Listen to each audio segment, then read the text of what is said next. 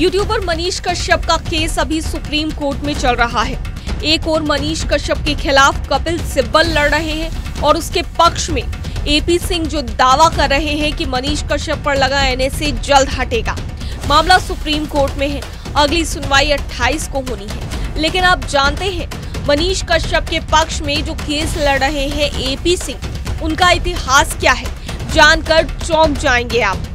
16 दिसंबर 2012 की रात दक्षिणी दिल्ली के वसंत कुंज इलाके में चलती बस में 23 साल की पैरामेडिकल छात्रा के साथ पवन, अक्षय, मुकेश, विनय, राम सिंह और एक नाबालिग ने सामूहिक दुष्कर्म की वारदात को अंजाम दिया था।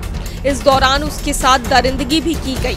इसके चलते निर्भया को इलाज के लिए देश से बाहर सिंगापुर भी ले जाया गया था। इलाज के दौरान उसकी मौत हो गई। इस घटना के बाद पूरा देश सड़कों पर उतर आया था। खासकर देश की राजधानी दिल्ली में जमकर बवाल हुआ। बलात्कारियों को फांसी की सजा देने की मांग हर एक इंसान कर रहा था, लेकिन उसी में से एक व्यक्ति जो दरिंदों के पक्ष में खड़ा हुआ और जो फांसी न देने की मांग कर रहा था, वह थे वकील एपी सिंह। लेकिन जब कोर्ट ने एक नाबालिग को छोड़कर सबको फांसी की सजा दी, तो उसके खिलाफ भी जिन्होंने अपना बयान दिया, एक तरफ पूरा देश खुश था, दूसरी तरफ सिंह ने देश में फांसी की प्रासंगिकता पर ही सवाल उठाते हुए कहा कि 4 युवकों को केवल इसीलिए फांसी दे दी गई क्योंकि समाज को एक संदेश देना था। एपी सिंह का कहना था कि एक निर्भया की मौत का बदला 5 लोगों को मार कर लिया गया। वहीं क्या इन चारों को फांसी चढ़ाने के बाद भी देश में दुष्कर्म के मामले में कोई कमी आई? उस वक्त भी एपी सिंह को समाज में फजीहत का सामना करना पड़ा था। दूसरा मामला राम रहीम का। राम रहीम के खिलाफ भी देश में उबाल था। नाबालिग से शोषण मामले में सब लोग डेरा प्रमुख राम रहीम के खिलाफ कड़ी सजा की मांग कर रहे थे, लेकिन राम रहीम की तरफ से केस लड़ने के लिए खड़े हो गए वकील एपी सिंह। हालांकि यहाँ भी इन्हें निराशा हाथ लगी और वह राम रहीम को निर्दोष साबित नहीं कर पाए। तीसरा मामला हाथरस केस।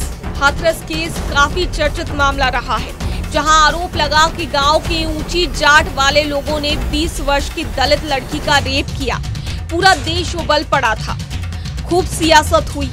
आरोपी को कड़ी सजा देने की मांग तेज हुई, लेकिन फिर से आरोपी के पक्ष में खड़े हो गए वकील एपी सिंह।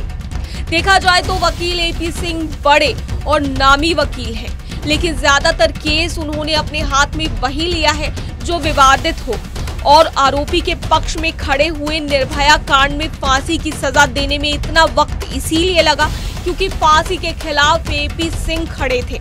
लेकिन अंत में जब फांसी की सजा हुई तो वकील साहब को लोगों के गुस्से का भी सामना करना पड़ा।